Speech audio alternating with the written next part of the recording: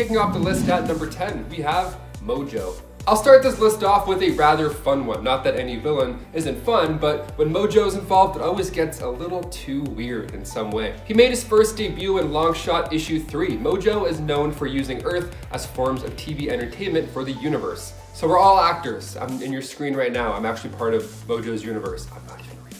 And his power increases the more viewers that he gets for this interdimensional TV show. So if you subscribe and like this video, maybe I'll get more powerful too, who knows? He's part of a race called the Spineless Beings. They're from a planet called Mojo World, of course, inside a pocket dimension called the Mojoverse. So it's all about him, we get it. He messes with the Avengers in a pretty dramatic way as well, especially in Avengers Annual 1. The Avengers of the Supernatural. Wow, there is a title right there. So in this issue, Mojo abducted the Avengers and created another supernatural version of the team. And if that wasn't weird enough, he made them participate in this reality show called Martian Transylvania Superhero Mutant Monster Hunter High School, which is just a mouthful. Basically, the mutants of the Unity Division were goths, the others were football players and cheerleaders, and the Avengers of the Supernatural were nerds. So he likes to play it weird. And before we continue on with this list of Avengers villains, guys, if you want to go ahead and give us more power by giving us a like down there, and if you haven't subscribed already, you might as well click that, and then you can see all our videos pop up. We do all the work for you. We'll just show up in your phone. Number 9, the Leader. Samuel Stearns, aka the Leader, made his first debut in Tales to Astonish issue 62. He was working one night at a chemical research plant, and when he was moving canisters of waste material, one of the canisters broke open,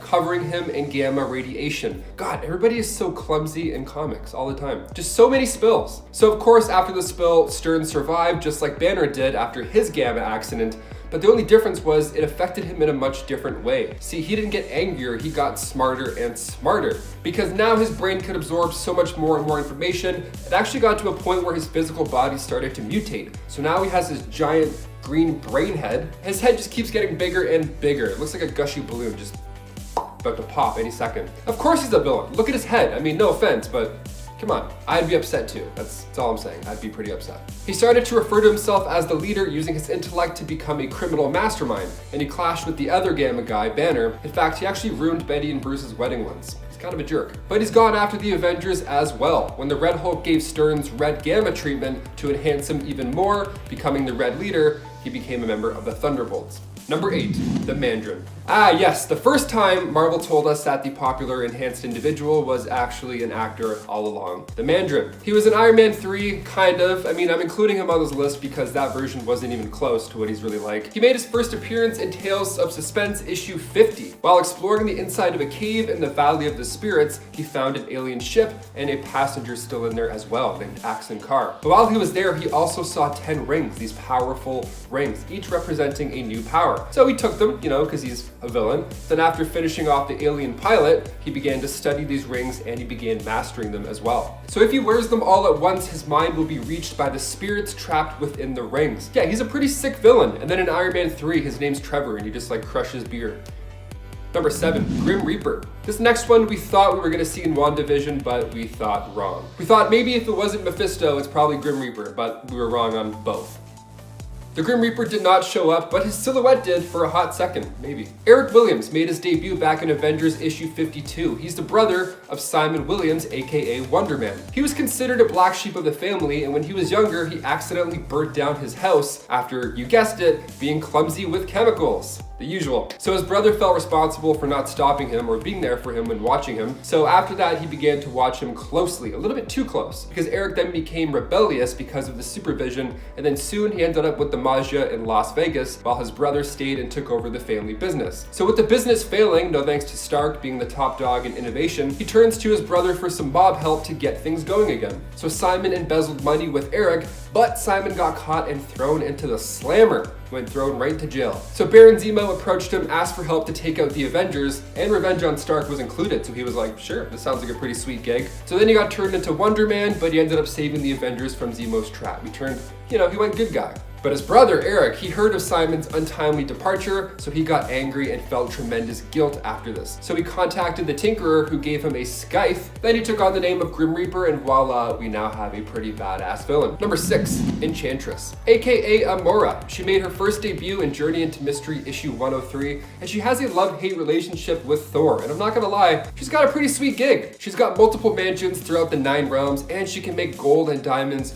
with her tears. So even if she gets stood up on prom, she's gonna cry a few diamonds, and then she has more bling for the next date. So it's a win-win. She's really good at seducing people as well, like Scourge, for example. She would seduce him into helping her with her evil plans. But Amora wouldn't follow through with her side of the deal. She would just play hard to get, and she would mess with his mind and his heart. Now in the comics, she was sent by Odin to take out Jane Foster, but when she tried to attack Jane, of course, her love Thor intervened, and that's when she was banished to Earth by Odin. And then her next logical step as a villain is to join the Masters of Evil and get in line for taking down Thor or any of his annoying super teammates. Her tool is seduction, just one kiss, and that's all it takes to make you fall under her control. She doesn't have too much experience with hand-to-hand combat because she doesn't really need it. She just gets other dudes to fight her battles for her. What a boss. Number 5, Kang. This guy we can actually look forward to knowing more about soon, as he's confirmed for the next Ant-Man sequel with actor Jonathan Majors set to play him. But just who is Kang the Conqueror? Why is this a big deal for the Avengers? Well, he made his first appearance in Avengers issue 8 back in 1964, and Kang has seen many centuries. His powers allow him to travel through time, and his futuristic suit of armor is built with weapons that can take on beings from any of those timelines. He's super smart and of course travels with armies, with each warrior equipped with the same armor and weaponry, so the fights aren't exactly easy by any means. The time travel stuff also doesn't come without consequence either. See, as Kang travels more and more through time, he creates time-displaced duplicates, and with the cosmic multiversal route that Marvel's going with now in the MCU, and especially with Loki's show, we could probably look forward to some more mind-bending battles. Number 4, Taskmaster. Taskmaster made his first comic book debut in Avengers 195. Anthony Masters is a former S.H.I.E.L.D. agent, of course, who turned into a mercenary and assassin. Although he is one guy, he has this ability where he can copy your every move. So he can replicate your physical skills. He has photographic reflexes, so he can watch Black Widow take down an evil henchman, and bam, he's got it locked into his brain. He knows how to do the same type of combat as well. He's actually the villain of the Black Widow movie, but that has yet to come out due to COVID delays, so the general public doesn't really know how cool this guy is yet. He became a teacher based out of the Taskmaster's Academy to train villains and agents, one of those agents being US agent John Walker, who is currently turning heads for all the wrong reasons in Falcon and the Winter Soldier. Now in the comics, it was actually Taskmaster who taught Walker how to throw Cap's shield so well. In Avengers issue 196, he was able to capture Yellow Jacket, the Wasp, and Ant-Man, and then when the rest of the team showed up, he took them on as well, only being defeated because he could not predict the movements of the robot Jocasta. Otherwise, it's a tough battle, this one for sure. Number 3, Mephisto. While on the topic of characters that we wanted to see in the MCU, I of course gotta talk about the devil himself. He made his first appearance as a serpent in Bible Tales for Young Folk issue 1, but he made his first full appearance as Mephisto in Silver Surfer issue 3. I don't think I have to explain too much about this guy or why he's a threat. I mean, he's Satan. He's the literal devil of the Marvel Universe. He lives comfortably in hell with lesser demons that serve him. The reason we thought we were gonna get Mephisto in WandaVision goes back to something he did in the comics, which was kind of a big deal. The comic was Avengers West Coast Volume 2, issue 52. We find out the truth behind Scarlet Witch's children, Billy and Tommy, who were in WandaVision. Now it turns out the 5 pieces of Pandemonium's soul were actually Mephisto. So Mephisto tricked Pandemonium and gathered beings possessing the appropriate fragments, and 2 of those 5 fragments just happened to be children of the Scarlet Witch and the Vision. So when Pandemonium arrived, he took the kids, which in turn gave Mephisto full strength, and this left Scarlet Witch having a breakdown. Mephisto's awesome. His deals are always crazy. Like after the comic Civil War, when everybody knew Spider-Man's identity, Spider-Man had to make a deal with Mephisto in order to save Aunt May because she got shot because he revealed his name to the public. So he's pretty wild. That's just one of many horrible deals. Number 2, MODOK. Making its first appearance in Tales of Suspense issue 93, MODOK was created by Dr. George Tarleton. He had worked with the team recently to create the Cosmic Cube, but the scientist supreme, Lyle Getz, figured the next logical step was figuring out a way to understand the powers inside said cube. So enter Project MODOK. spelt with a C at the end, not a K, that's important. So MODOK stood for Mental Organism Designed Only for Computing. Sounds like the perfect tool to analyze and probe this cosmic cube. So they grabbed that scientist George that I mentioned and altered him into this big-headed supercomputer. With a brain too big for his body, they had to give him a hover chair, which is referred to as the Doomsday Chair. I mean, he's already a villain. You guys are just kind of making this happen for him. The scientists did not prepare that with great power comes great superiority, so it wasn't long before MODOK overtook his masters, changed that last letter from a C to a K, making his new, more suitable name for the list, MODOK, which stood for Mental Organism Designed Only for Killing. He's the big bad villain in the new Avengers PS4 game, and he's as crazy as it sounds in that game as well. And finally, number 1, Morgan Le Fay. Now, with the Marvel Cinematic Universe leaning into the witch madness for the conclusion of WandaVision, we might actually get to see Morgan Le Fay on the big screen soon enough. She made her first appearance in Black Knight issue 1 back in 1955, and she's been a recurring villain to the Avengers in the comics for a while now. And when the Dark Avengers were formed by Norman Osborn, Morgan was their first enemy to face off against. She's a powerful spellcaster, one of those spells being reality warping by using these Norn stones. So she packs a punch. Elizabeth Hurley actually plays Morgan Le Fay in the show Runaways, and she's great when it comes to these witchy, devilish roles. I mean, she literally played the devil in the movie Bedazzled as well, which is pretty funny. And at 10, Werewolf by Night. The first time we've seen Moon Knight in the comics actually wasn't in his own series, but rather Werewolf by Night number 32. He faced off against Jack Russoff, aka Werewolf by Night, making Russoff his enemy. However, technically, Moon Knight was the villain in this scenario, hence its placement at number 10. Jacob Russoff is a werewolf, but unlike his dad, also a werewolf, Jack could control when and where he would transform, not just under a full moon. He had much more control over his abilities in werewolf form as well, except for when there was a full moon, because that's when Jack would be at his strongest, but also completely out of control, which is a concept that sounds a lot like a D&D character.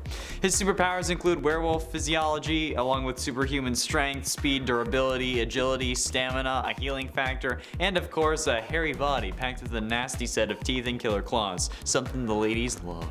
And at 9, Morpheus. Morpheus first appeared in Moon Knight number 12 back in the early 80s, and he's one of the rare horrifying characters that people actually feel sympathy for.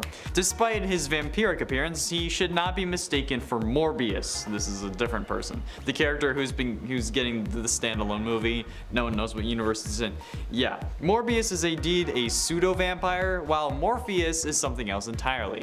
His real name is Robert Markham, and he got sick from an old virus that caused segments of his DNA to be inhibited by the virus. He sought medical attention, and Dr. Peter Alron gave him an untested drug to help him, but it all backfired, causing Markham to change dramatically appearance-wise, while also taking away Markham's need for sleep and giving him unfathomable psionic powers. However, the lack of sleep rendered him crazy, after which he had taken the alias Morpheus after the Olympian god of dreams. With his newfound powers, Morpheus sought revenge upon Alron, only to encounter Moon Knight in the process. And at 8, Count Nefaria. While Count Nefaria wasn't purely evil at first, his desire for more wealth and power is ultimately his downfall, and he's very nefarious. He has been around for years and years, fighting almost every single Avenger he can think of. He also encountered Moon Knight after Mark Specter moved to LA and joined the West Coast Avengers, primarily becoming his villain. Count Nefaria is immortal and has an unfathomably strong healing factor, because, you know, he's immortal. He received energy projection from the Living Laser, strength from Power Man, and speed from Whirlwind, all amplified 100 times. He can lift well over 100 tons, fly over 5,000 miles per hour, teleport, leech another person's energy, and so much more. However, it's likely that if you are a fan of Moon Knight, you knew about this guy, so he's not very high on the list. But honestly, not having known much about Moon Knight before this list, aside from he looks freaking awesome, all these villains are pretty new to me, so it's pretty cool getting to see all the characters that this guy has faced, and hopefully you at least hear about a few that you didn't know about. But no complaining if you're a Moon Knight superfan, okay? That's not allowed. That's cheating. And at 7, Dead Zone. There are few characters more 90s than Dead Zone, but he has his appeal. Dead Zone sort of emulates the classic Iron Man villain Whiplash with his electrical whips, but he's less a mercenary than just an ideological warrior. He seeks to punish sinners by lashing them to death, that has him run afoul with Moon Knight. Dead Zone first appeared in Moon Knight's solo title and is pretty evenly matched for the character. When Moon Knight tried to take him down with his adamantium, Dead Zone catches it and then turns it around on him. There is very little on the wiki about him, and honestly, I don't know what else I could say about him, but he's trying to do what Moon Knight does, but going about it in an absolutely abysmal way. Like, come on, bro. Really? Whips? Like, I get that they're OP in like the Spider-Man PS4 game, but seem seriously underpowered in real life or in comic books, unless they need them for plot or you're into that kind of thing. And at 6, Black Specter. Carson Knowles was a veteran who returned home without applause. His job had been passed on and his wife left him with their son. He barely got by as a delivery man and found out his son was killed by phone. After his car was stripped for parts and a mugger accosted him, Knowles snapped and beat the man nearly to death. Seeking to destroy the city that treated him so badly, Carson Knowles ran as a dark horse candidate for mayor on his father's name and political connections. He also created a second identity as Black Specter, beating and blackmailing the local precinct boss to support Knowles, and then in a fight with Moon Knight his mask slipped, but Moon Knight was unable to convince anyone that the mayoral candidate Knowles and Black Specter were the same person. Eventually though, Moon Knight defeated Black Specter in public, and his assistant Marlene Arlone uncovered Knowles' corrupt plans for the city and his political office. So at least he lost. Halfway through into number 5, Shadow Knight. Shadow Knight's real name is Randall Specter, Mark's younger brother. He was envious of Mark his entire life, which turned him into a horrible criminal. There was a murderer on the streets killing nurses called the Hatchet Man, so Moon Knight used his girlfriend Marlene as like bait to catch the killer. The plan worked, but Marlene perished. Yeah, and to make matters even worse, the Hatchet Man was revealed to be Randall. Randall later joined the cult of Khonshu, which ultimately resulted in him receiving the same powers as his brother Mark. However, he ended up choosing to use them for evil, donning the pseudonym Shadow Knight. Because, you know, every character needs to have a reverse version of themselves. Reverse Flash, Dark Archer, Bizarro. It was devastating for Mark to fight his brother and ultimately kill him by slitting his throat with a throwing crescent. Yeah, it doesn't get much worse than that, especially when you learn that Mark tried protecting Randall their entire lives. But then again, he killed your girlfriend, so... And at 4, Midnight Man. Originally a collector of art, Anton Mogart would commit robberies at the stroke of midnight to build his collection. When Moon Knight stops him, he seemingly drowns in a river, but instead, he ends up becoming deformed by the waste found within the sewers.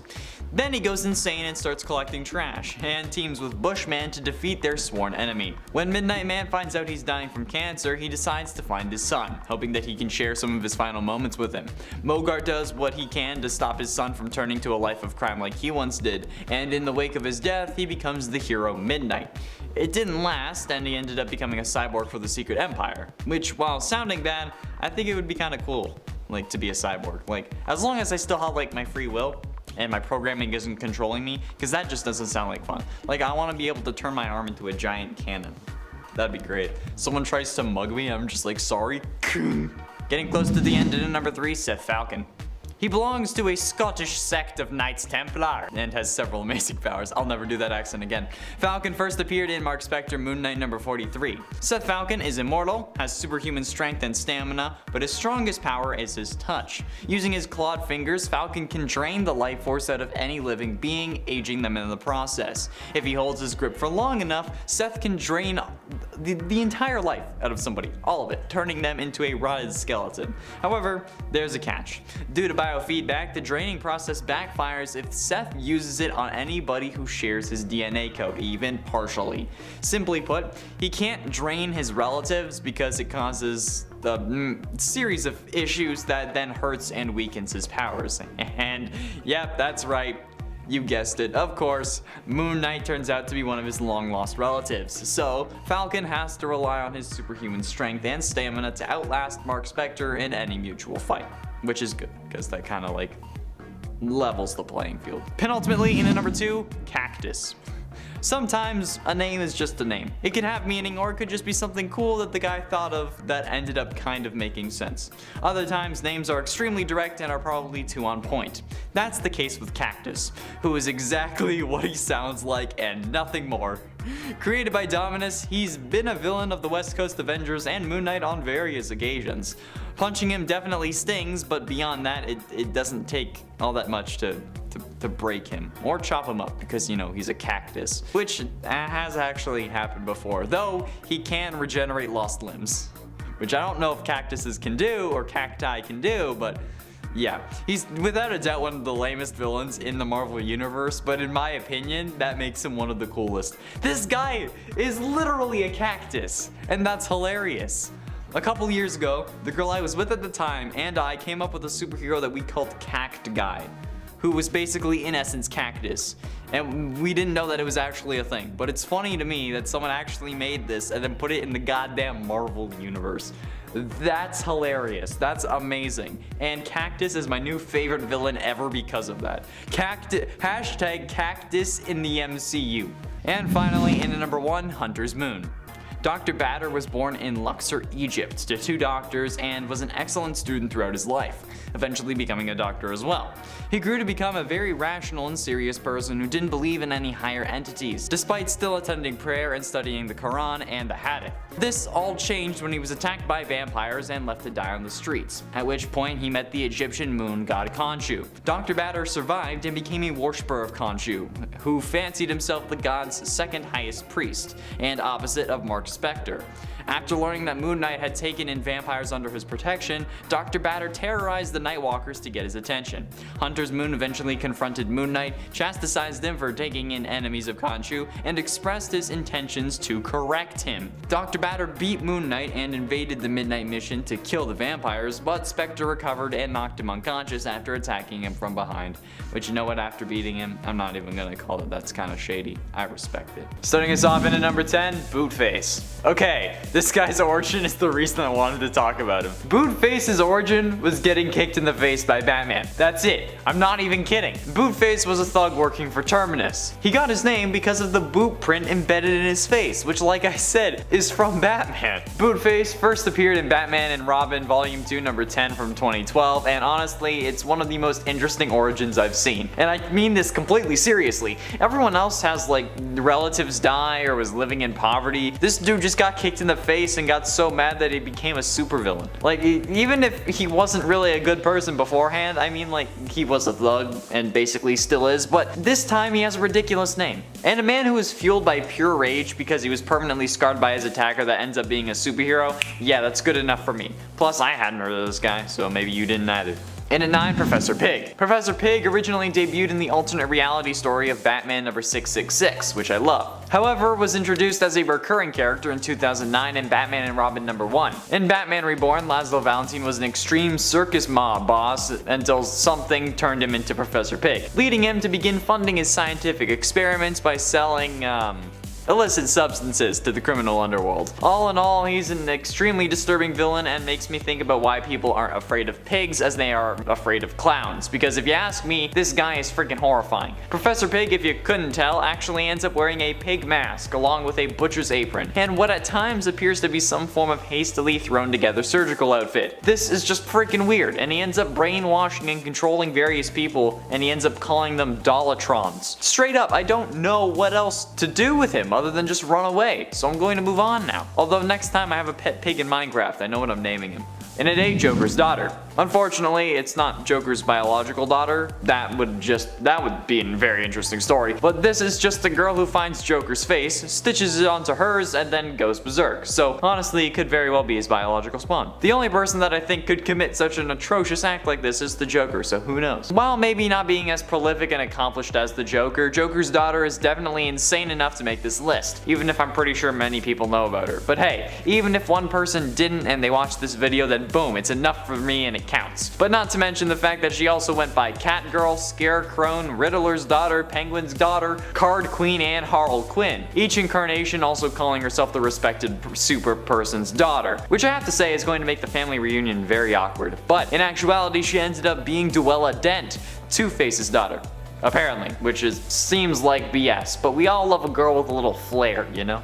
And at 7, Birthday Boy. Ray Salinger was a serial killer who operated in Gotham. Under the alias Birthday Boy, he was actually the first costume criminal encountered by Batman during his crime-fighting career. Introduced in Batman Earth 1 Volume 1 in 2012, Birthday Boy is fascinated by young girls resembling his first kill, a 15-year-old named Amanda Grant. When in his killer mode, he wears a burlap sack with holes cut out for his eyes and a birthday party hat, usually in a room decorated like a young girl's room at a birthday party.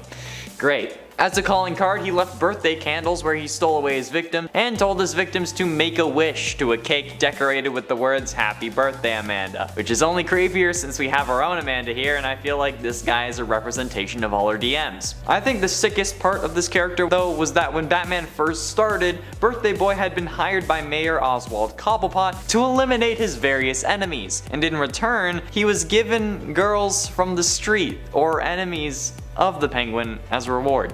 God.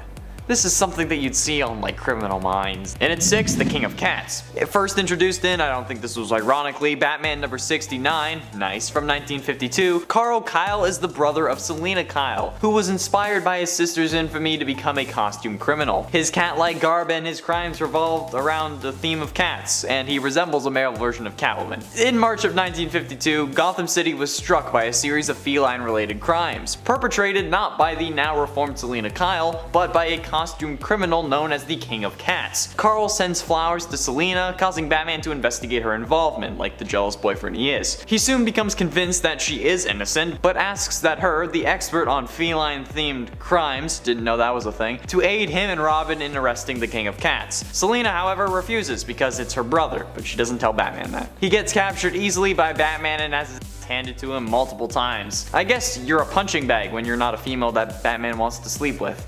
Sorry, Carl. Halfway through into number 5, Mirror Man. Lloyd Ventress is a criminal who was detained at Gotham State Penitentiary. Using broken mirror shards, he distracts the guards long enough to escape from prison. Then, inspired by mirrors, somehow he becomes Mirror Man. Upon creating a machine that would enable him to look through objects, Mirror Man began targeting Batman so he could figure out his secret identity. He literally discovers Batman's secret identity by using an X-ray mirror, which is freaking nuts. Mirror Man gets sent to prison before he can reveal the identity, however, but because they want conflict, he manages to escape, with a plan to reveal Bruce's identity to the world, only foiled when Alfred, dressed as Batman, interrupts a press conference Bruce Wayne was holding, instantly disproving the fact that Batman is Bruce Wayne because he saw them both in the same room. However, the public should have also seen this coming, so maybe the people of Gotham City are dumber than we thought. Well, I mean, they had Condiment King, so I guess they are pretty dumb.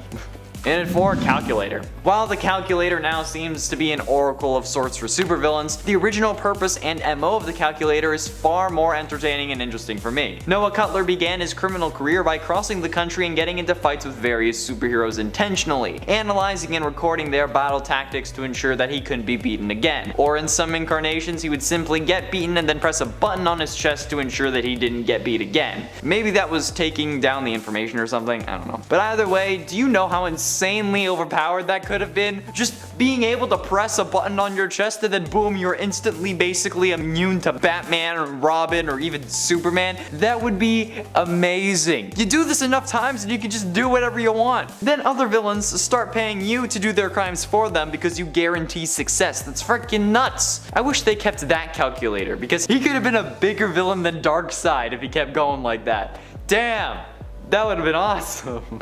Getting close to the end in number 3, Killer Moth. Having decided that the lawbreakers of Gotham City needed a costume protector just as the honest citizens needed Batman, Killer Moth emulated the Dark Knight in every way, copying his paraphernalia and building on his legend to create his own supervillain identity, like Batman's version of Reverse Flash. He even had his own moth signal that supervillains could use when they were in trouble. Drewy Walker, introduced in Batman number 63 in 1951, is actually the first supervillain Barbara Gordon ever defeated as Batgirl, which I mean probably doesn't support the whole most powerful thing, but think about it. If Mothman was worried more about his twisted sense of justice than money, as he was motivated by, he would have been an insane villain. Wanting to protect the criminal underworld just for the sake of it rather than to get paid, while maybe slightly more unrealistic, would make him insane. He also ended up basically making a devil's bargain to become more powerful, but that resulted in him becoming a hideous creature that truly resembled the name Killer Moth. So, that could have been something. But ultimately, in number 2, the Eraser. The Eraser was the chosen alias of Lenny Fiasco, who turned to crime after living his college days under constant mocking and taunting by his classmates. Fiasco is a professional at covering up the tracks of other crimes. For a 20% cut, the Eraser will erase the evidence of another crime. And honestly, I think that this is the only job that anyone with the last name Fiasco could have. Sorry. This villain's power is a special helmet designed to look like a pencil eraser that can wipe off evidence, even though those that would be invisible to the naked eye, which is actually pretty damn cool when you think about it. After Batman posed as a villain to try to capture the Eraser, the villain told Bruce, who he had realized was Bruce, that he had actually become a criminal because Bruce shattered his dreams of going out with Celia Smith. Bruce didn't even remember her name, which made Eraser even angrier, but yeah, I think that this is the absolute coolest concept for a supervillain though, because in all honesty, if this guy just wasn't an idiot, he would have ruled the world. Straight up, this guy would ruin every single investigation. He could turn the tide of trials. This guy would end up being a shadow government. If only he wasn't a dumbass.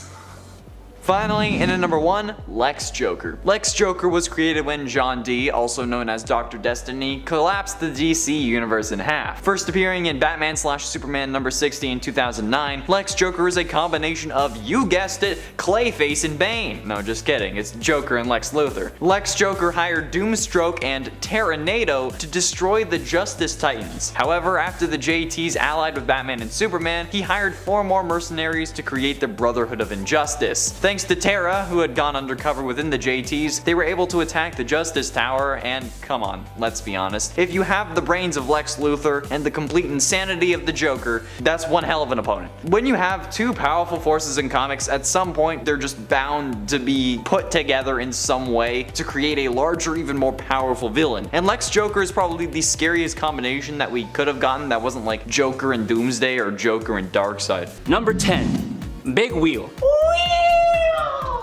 Hey, wanna be a villain? Great. Just hire another guy to make you a big wheel with machine guns and rocket launchers on it so that you can ride around in it. It's that easy. That's what Jackson Wheel did. Can you guess what he called himself? When he first appeared, Big Wheel used his big wheel to chase and try to kill Rocket Racer while he was mid-fight with Spider-Man. Big Wheel wasn't even facing Spider-Man one-on-one. Just before he was about to get crushed, Spider-Man pulled Racer out of the way, and Big Wheel drove right off the side of a building and right into the Hudson River, ending both Jackson Wheel and his big wheel. All of this because Rocket Racer had some blackmail. Number 9. Crime Master. Why are there so many people who have no powers of any kind on Spider-Man's enemy list? This guy just walks around with a gun.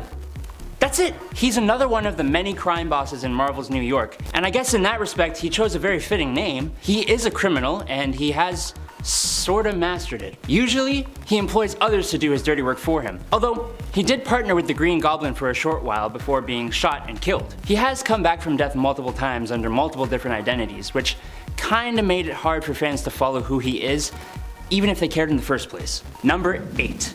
The Living Brain. Okay, correct me if I'm wrong here, but isn't a brain just kinda living by default? Like, if it's an alive human being, isn't it technically a living brain? This guy isn't living or a brain, I'm so confused! Okay, I'm gonna cut Marvel some slack here because the Living Brain is actually older than almost all of the main Marvel villains. He came before even the Green Goblin. He was created as a machine that could solve any problem, but malfunctioned after 2 guys got in a little scuffle and it went on a rampage until it was stopped by Spider-Man. It's been used by other smaller criminals, but was always stopped by Spider-Man. But hey, it eventually found steady work as a lab assistant and even saved the Spid on a few occasions. So there's that at least. Number 7, Big Man. I ain't got the facilities for that, big man.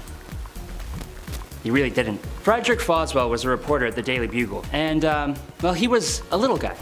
Except when he wasn't. You see, Foswell was a master of disguise, and he used a costume that gave him a nice little hype boost in order for him to become aptly named Big Man. From this stature, he can now ride the adult roller coasters, reach the top shelf, and be the head of the crime gang, the Enforcers. Spider-Man works with the guy though, so unsurprisingly he was caught and incarcerated for a time. But Jonah gave him his job back afterwards, which is nice. He ended up dying in front of a bullet to save Jonah, so at least he wasn't all bad. Number 6, Black Fox. This one is a little sad. See, Black Fox is basically just a jewel thief who has had a very long career, seeing how he is now an old man. Just a regular jewel thief? Oh, why is this a problem for Spider-Man? It's not. It's really not. But you see, the problem for Spider-Man is that being an old man, Black Fox heavily reminds Peter of his Uncle Ben, which meant that Peter couldn't help but have a soft spot for the guy. He would let Black Fox go multiple times. I mean, I get it. I respect it. But Peter realized his weakness and stopped easing up on the old guy, finally throwing him in the slammer. While he isn't exactly threatening to anyone, he is the mentor of Black Cat. which does give him some notoriety. Number 5, Mirage. What's the best way to stop a robber? I know. Drop a chandelier on him. Wow, yeah, I guess that works. Mirage is a robber, but not just any robber. Oh, no. He and his gang had a specialty for robbing weddings. Honestly, who's expecting that? I mean, I wouldn't be. I'd be so surprised, I just give him my money, you know? He made a bad choice though, when he decided to rob the wedding of Ned Leeds and Betty Brant, where none other than Peter Parker was in attendance. Peter used his web shooters to turn off all the lights and don his spider suit. The day was saved when Spider-Man dropped the whole chandelier on Mirage, defeating him. Ouch. Number 4, the Spot. Could you imagine that the first time you reveal yourself to a hero, they just drop on the floor laughing at you? And on top of that, it's in front of Kingpin, one of the biggest crime lords in Marvel. It would be super embarrassing, except when you totally win and make them look dumb. Way to go, man. The Spot, yes, that's his name, had the power to create interdimensional portals, big and small, which he used to defeat Spider-Man and Black Cat the first time they encountered him. But only the first time. See, the Spot can only create as many portals as he has spots on his body, throwing them wherever he wants until he runs out, which he did in the second encounter with Spidey. And then he lost. Pretty badly. He's appeared here and there since, but he never really posed a threat to anyone, like anyone at all. But he did create the failed group, the Spider-Man Revengeance Squad, with other minor characters that lasted like 2 seconds. Hold up, I gotta stop you right there. Just wanted to let you know that I appreciate you, and I hope you appreciate us too. If you do, why not give us a little like and a follow? It really helps us to help you spend your free time watching top 10 videos. But hey, no judgment, we all do it. Number 3, Slide. A chemical engineer turned super thief decked out in a super slippery suit. All right, let's get it over with. Jalome Bleacher created a chemical coating that basically eliminated the friction between an object and any surface it came into contact with, which, not even joking here, that could be really useful. Like, good job, man. Too bad the company he worked for closed their R&D department and Jalome had to find a way to independently fund his project. Honestly, I would have just found another company who wanted to fund me, but then I wouldn't appear on a list of people you never heard of, and that is a goal of mine. He created a suit with the chemical and used his slippery abilities to rob banks and try to destroy his old boss's business. His only other notable mentions were his midlife crisis and his death in a side story of the Civil War event where he was shot in the back for refusing to side with crime boss Hammerhead. I guess you could say that they had some friction. Okay, I'm just gonna slide my way to the door. Number 2, Stilt-Man. So long as I'm the master of my stilts, I'm unbeatable. I'm completely invincible. Wilbur, just stop. Just stop, man. Despite being an adversary to both Daredevil and Spider-Man, Stilt-Man just couldn't seem to be taken seriously. I can't possibly imagine why. Oh wait, no, I can. It's the stilts. Yeah, it's the stilts. What's interesting is that if you go into his Marvel wiki page, Stilt-Man actually has quite a long history, being involved in many storylines. And his stilts are actually pretty strong. At one point, the strength of them was able to plunge She-Hulk so far into the ground, she ended up in the subway. But then she beat him in a really embarrassing way.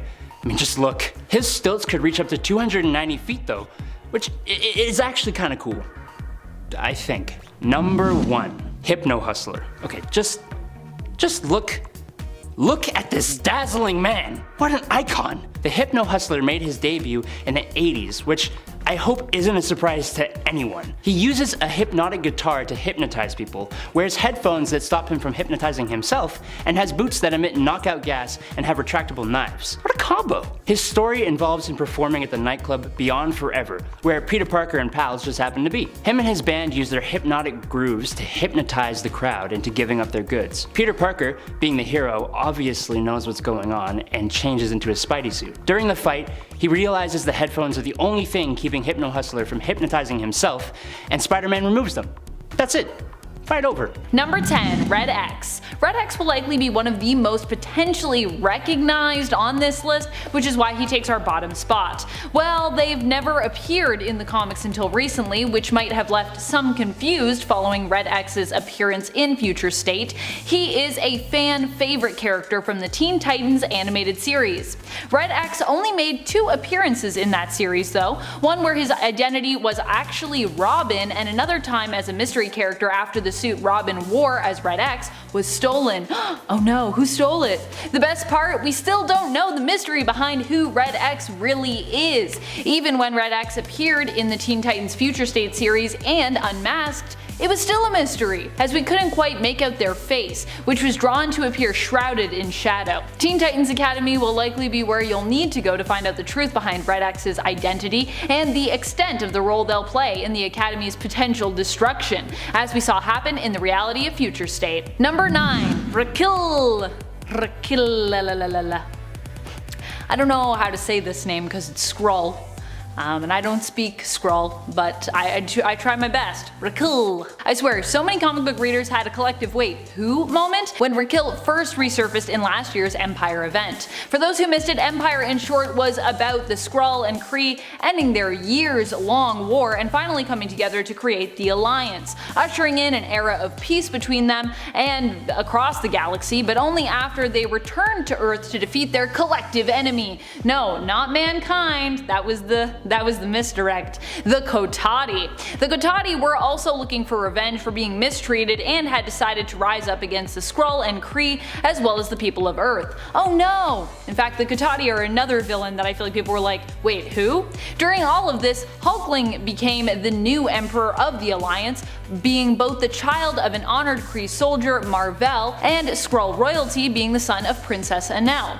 Another character who also revealed themselves to still be alive and manipulating all of this, while also disguised the entire time, was Raquel, the Skrull Empress. She was the ruler of the Skrull people alongside Emperor Dorek VII and is the grandmother of Emperor Dorek VIII, aka Hulkling. So if you get to the part in Empire with that reveal, yeah, that's who that is. Well, not a new villain of course, she was thought long dead since the 80s when she seemed to have perished in Fantastic Four issue 257.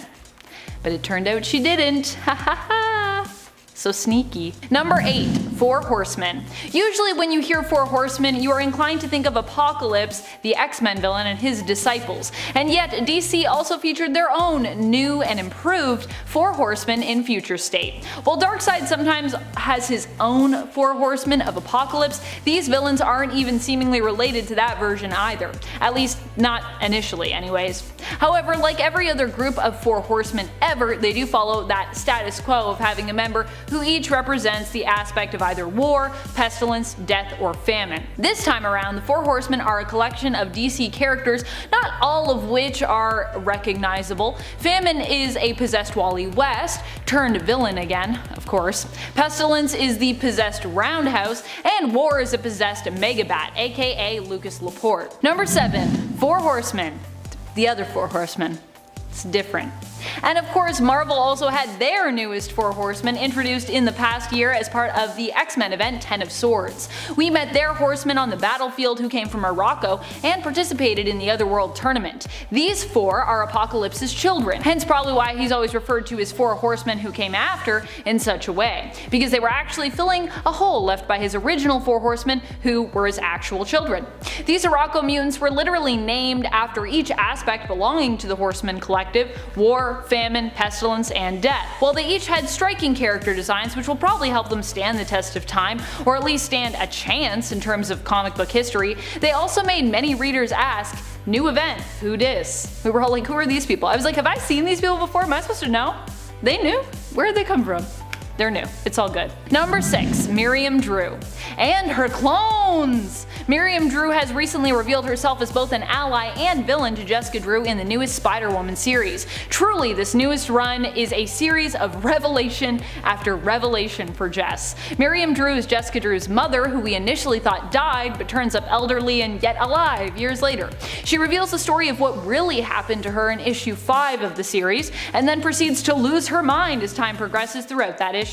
Eventually, she ends up accusing Jessica of being a monster and blaming her for everything that has wishes come to pass. The two come to blows and it gets really messy. But that isn't the last we'd see of this crazed version of Miriam, and in fact during her next appearance there would be much more at stake and many more revelations that would not just affect Jessica, but also all of those people around her. No spoilers, but just seriously, you need to read this series. And friends, before we move on to this next spot, if you are enjoying this list and you want to see more like it, let us know by giving this video a thumbs up. And maybe subscribe. You should subscribe. Just do it. Come on, do it. Number 5. Peacekeeper 01. Or Peacekeeper 1. Peacekeeper 1 is a villain who appears in a few different places in Future State, including Batman Superman, Dark Detective, Nightwing, and of course, the next Batman. This villain keeps their face masked and therefore was shrouded in mystery for most of our glimpse into this possible future state. However, in the end, we did get a reveal with him taking off his mask, but he didn't appear to be anyone fans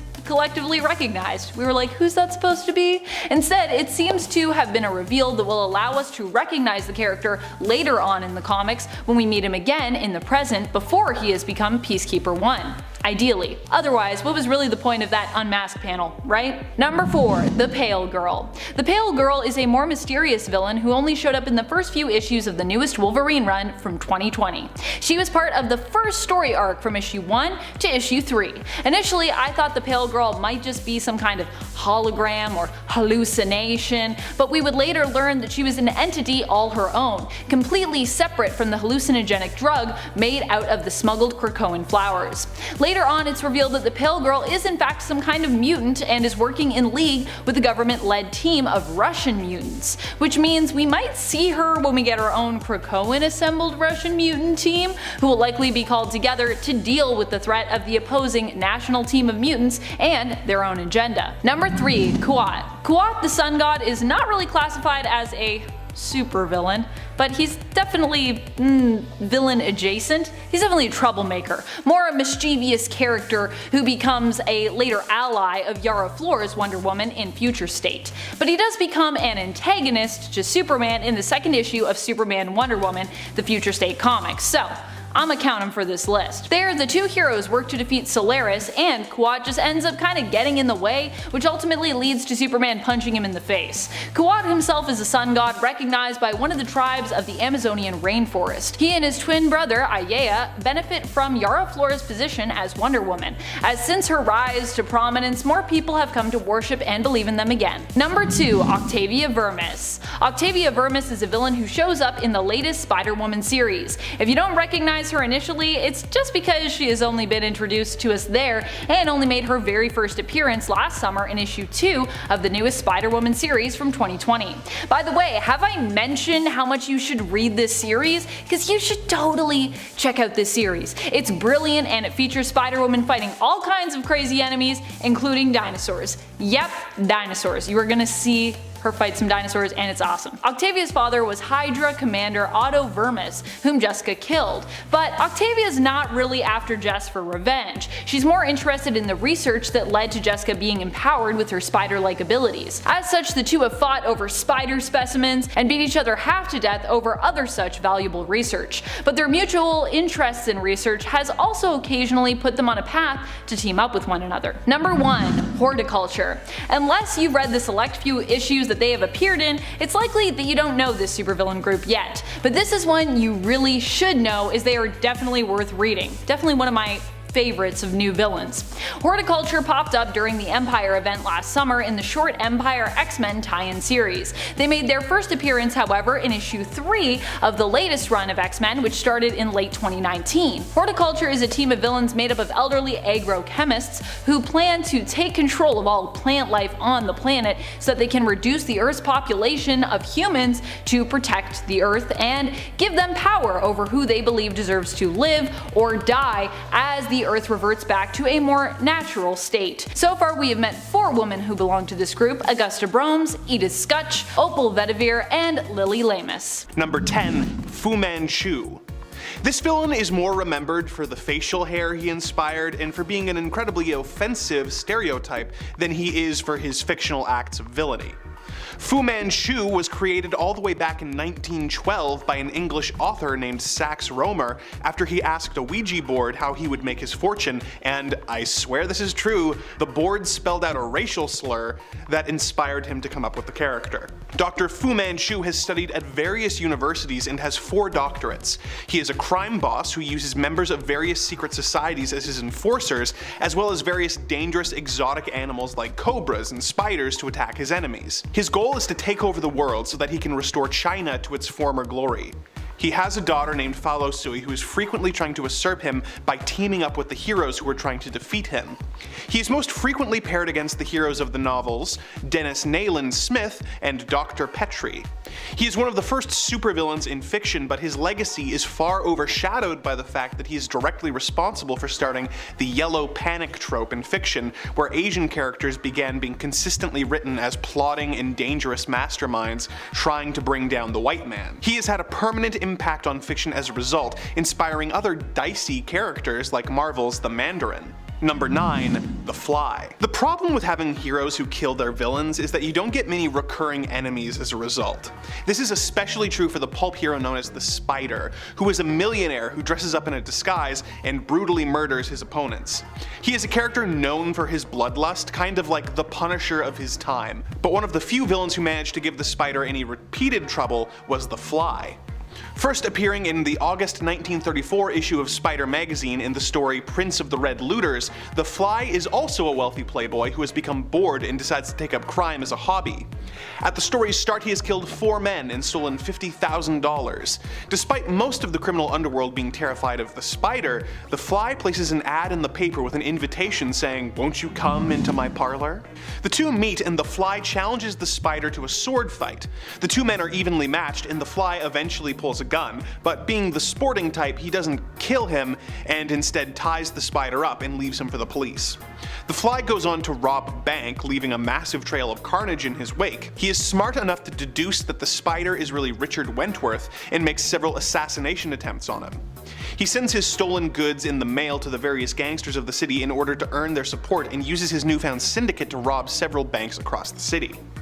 By the end of the story, the Spider and the Fly engage in another sword fight that seems to end with the Fly's death, but in a move that was highly unusual in the Spider magazine, he returned a year and a half later in the story Green Globes of Death, where he developed gas weapons that caused his victims to bleed from every pore. As I mentioned in my hero version of this video, Spider stories were incredibly violent, with death tolls routinely going into the thousands by the end of each book. Number 8. Voodoo Master. One of the recurring foes of the Shadow is Dr. Rodil McQuino, who has hypnotic powers that he has attained through the use of black magic, which allow him to take control of people's minds and make them a part of his mindless zombie-like horde. He used these abilities to come to New York and start a cult, which he used to attain wealth. This brought him into conflict with the Shadow, who shot him and presumed him dead. Unfortunately, Voodoo Master returned and began an experiment which he planned to run on the entire human race. He planned to gain a massive amount of followers in the United States, but felt that the machine age was making this more difficult to accomplish. So, once he settled in the town of Hampstead and began enacting his scheme, he also began destroying the city's various factories. The Voodoo Master made 3 appearances in the original Shadow magazine stories before being permanently killed off, but he is also a recurring character in the Dynamite Entertainment comic book series featuring the Shadow. Number 7. The Sky Band. The Sky Band are a gang of villains who battle the pulp hero known as the Phantom in several stories throughout the character's history. The Sky Band are an all-female group of sky pirates who terrorize the air. They are led by a woman named the Baroness, who has an unrequited love for the Phantom despite them being on opposite sides of the law. Another member of the gang, named Sala, is also in love with the Phantom, and frequently comes into contact and/or conflict with the hero many times throughout his storied history, and once the Baroness dies in her first appearance, Sala takes over the gang. They are a mainstay of the Phantom mythology, appearing in the original comic strips, the comic books published by Gold Key, Charlton, DC, Marvel, Moonstone, and Dynamite Comics. They also appeared in an episode of the Defenders of the Earth cartoon, which featured the Phantom fighting alongside Mandrake the Magician and Flash Gordon in space, although in this version they were of course space pirates.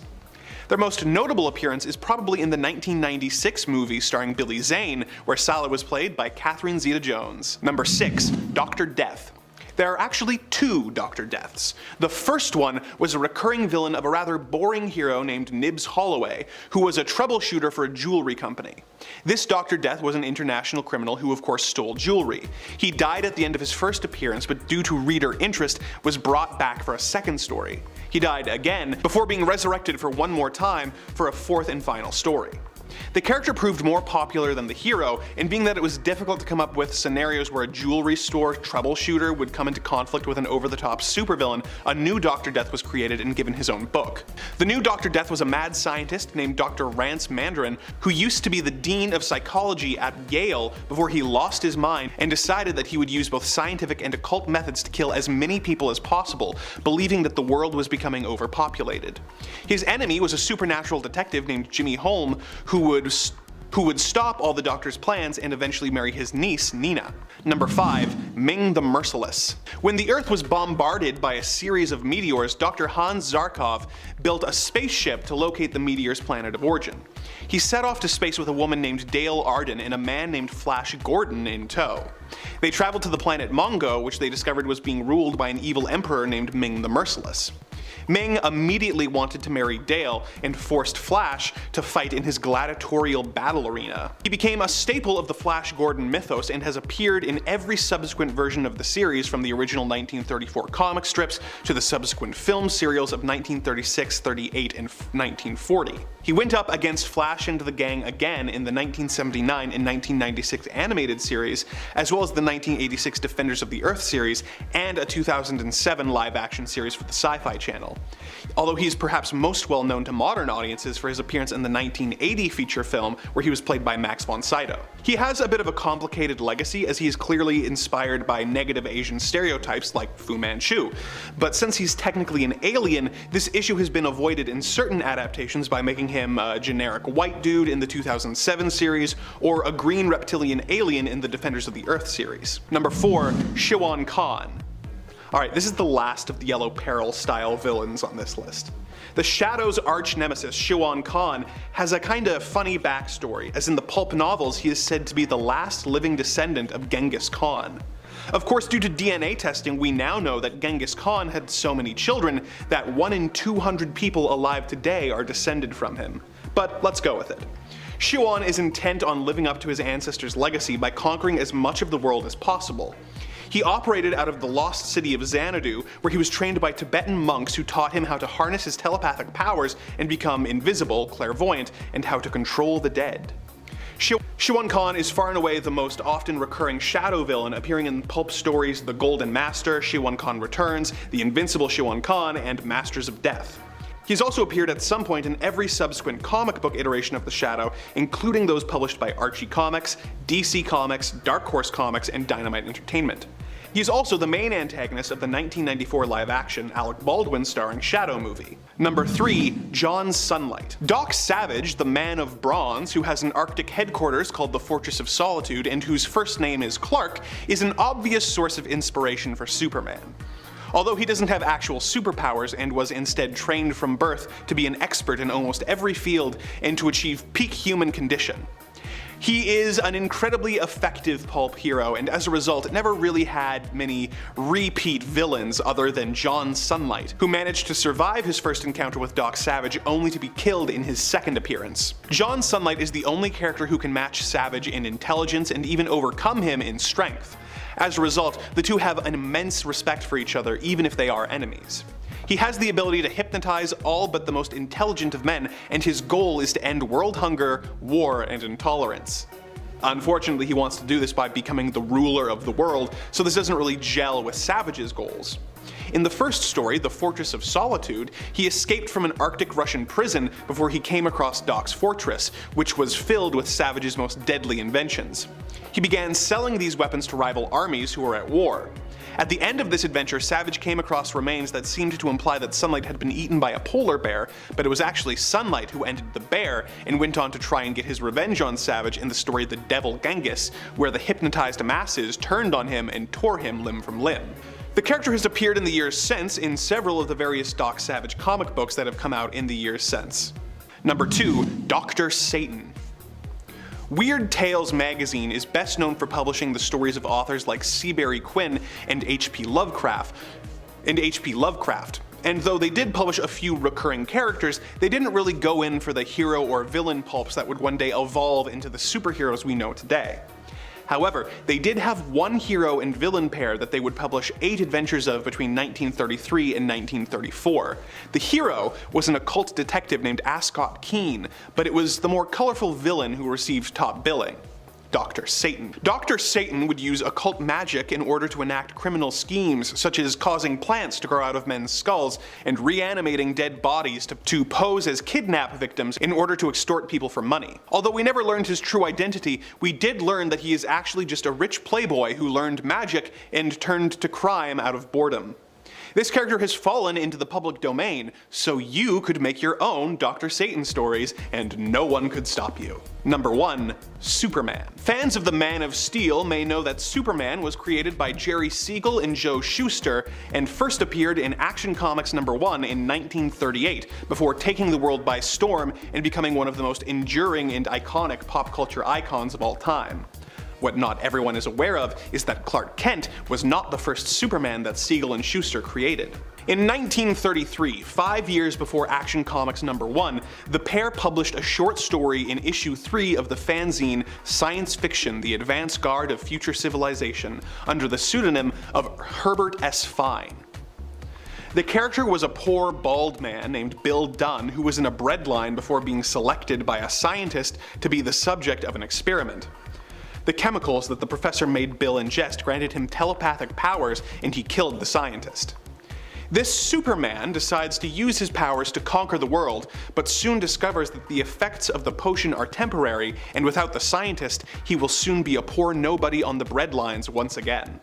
Siegel and Shuster would end up reusing the name when they created their more famous character, but the two would eventually introduce another bald villain for the new Superman to fight. Number 10. Trapster. Oddly enough, although Trapster is a super weird and relatively obscure villain, he's still somehow made his way into a surprising number of comics. I mean, he has been around since the 60s, so considering that, I guess not so many, but we're still talking over 100 issues at least, which is pretty weird considering who Trapster is. Trapster is weird because, well, he was originally known as the guy who came armed with a glue gun, or a paste gun, if you will. Initially, he was known by the supervillain name Paste Pot Pete. However, Trapster has since come to loathe that name and much prefers to be called Trapster instead, as he feels the former name makes him sound lame and is often used out of disrespect for him. Admittedly, he is kinda lame though. Sorry Trapster, you might be a genius, but you still fight with glue. So, anyone that fights with a glue gun, I'm just saying.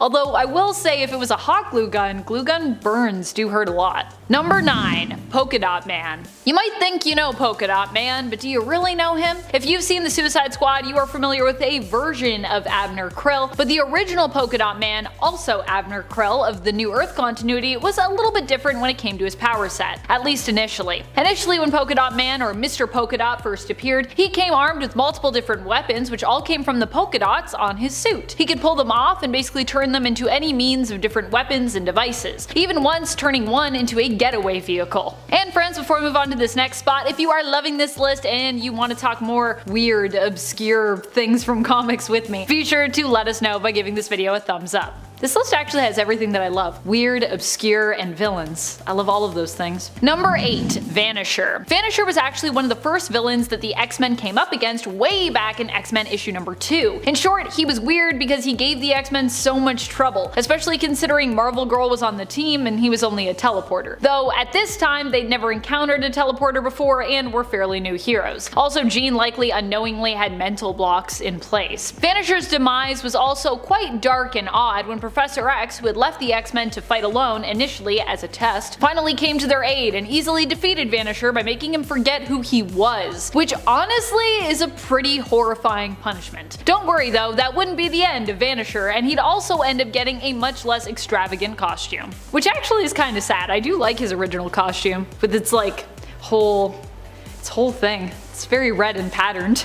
Number 7. Crazy Quilt. Crazy Quilt actually might sound familiar to you in terms of his overall personality and demeanor, as it seems like the version of Polka-Dot Man that we saw in the Suicide Squad, to me at least, is actually closer to a combination of the original Polka-Dot Man mixed with, well, this villain, Crazy Quilt. Crazy Quilt was Paul Decker, a painter and criminal who left clues in his artwork as to his criminal plots. Eventually, he was apprehended, left blinded by a gunshot wound in the scuffle. He would regain his sight through an experimental procedure where his optic nerves were attached to a helmet, but the blinding colors that he would see would cause him to go insane. At least when I was watching the Suicide Squad, I was like, this Polka-Dot Man kind of reminds me of Polka-Dot Man mixed with Crazy Quilt, because he's so crazy. Number 6. Unus the Untouchable. Another villain who almost foiled the X-Men in their early days was Unus. Unus the Untouchable was a mutant who couldn't be touched by those who would do harm to him, making him seemingly invincible when he first came up against the X-Men in issue 8. His power was also weirdly specific, as it didn't repel all things from him, and mainly seemed to target those who fought against him and projectiles that would do him harm. Beast was the one to help defeat him when he learned of his true nature in a wrestling match against him. This was during a brief moment when Hank McCoy left the team. When Unus turned to a life of crime, Beast was the one to stop him by creating a device that intensified his power, causing everything to be repelled from Unus, including food. Starving, Unus eventually agreed to stay on the straight and narrow, and Beast returned his power levels to how they once were,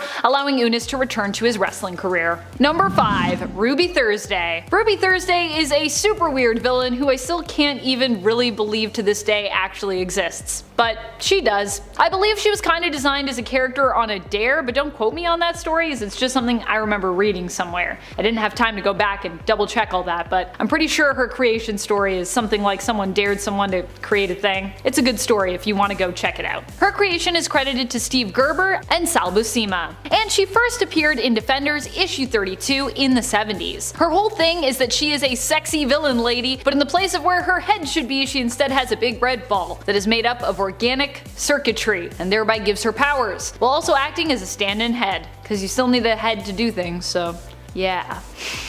Number 4. Spook. A villain I love to talk about, but whom no one really seems to remember apparently. Val Caliban was a master escape artist who first appeared in Detective Comics back in the 70s. He was initially caught and long thought to be dead after being executed, or at least we thought he was executed, appearing in an almost ghost-inspired robe of a costume. In reality, Caliban had survived using his skills of hypnosis and escapism. He was also privy to the architectural plans of the prison, as he'd worked to help design it. Thereby, he was able to exploit that knowledge and use it to escape. Honestly, it was pretty silly of them to try to put him in a prison that he'd designed, in my opinion. Years later though, he wouldn't be so lucky when changes had been made to its design and he ended up back in the prison again.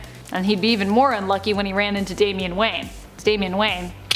Number 3. Gaggy. Gaggy was the sidekick of Joker. Before there was Harley Quinn, there was Gaggy. Although to be clear, Joker and Gaggy were not in a romantic relationship. Just thought I'd point that out. They were simply partners in crime. In fact, when Harley did start coming around, it was later revealed that Gaggy actually became jealous of her, and even that she was perhaps the reason for Gaggy's fall from glory in the Joker's eyes. At least that was how Gaggy saw it. He basically blamed Harley for all of it. More recently, Gaggy made a reappearance in the Batman 3 Jokers limited series, but sadly, he was killed off in that book, being eaten by a Joker shark. R.I.P. Gaggy. I love how Gaggy came back and then they were like, he's dead. I was like, oh, okay.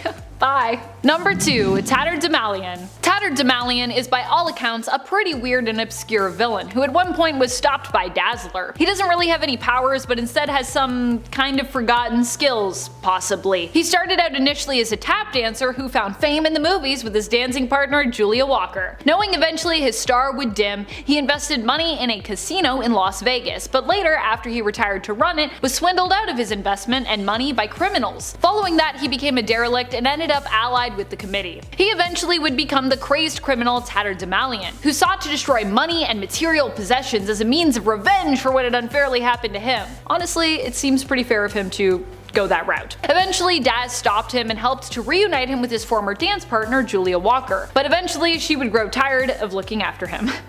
Which also, fair. Number 1. Snowflame. Snowflame was originally a villain that first appeared in the 80s in DC Comics, making his first appearance in New Guardians issue number 2, and coincidentally, his last appearance as well, in the New Earth continuity anyways. Snowflame's powers are fueled by drugs, which grant him superhuman speed, strength, pyrokinesis, and made him numb to pain. He could also infect other people, intoxicating them merely by touching them. And guess what? There's more. It gets better. In 2020, he actually made a return in the Prime Earth continuity, appearing in the 2018 Catwoman series in issue number 23. So while he still remains obscure, he's also kind of recently renew as well. Yay.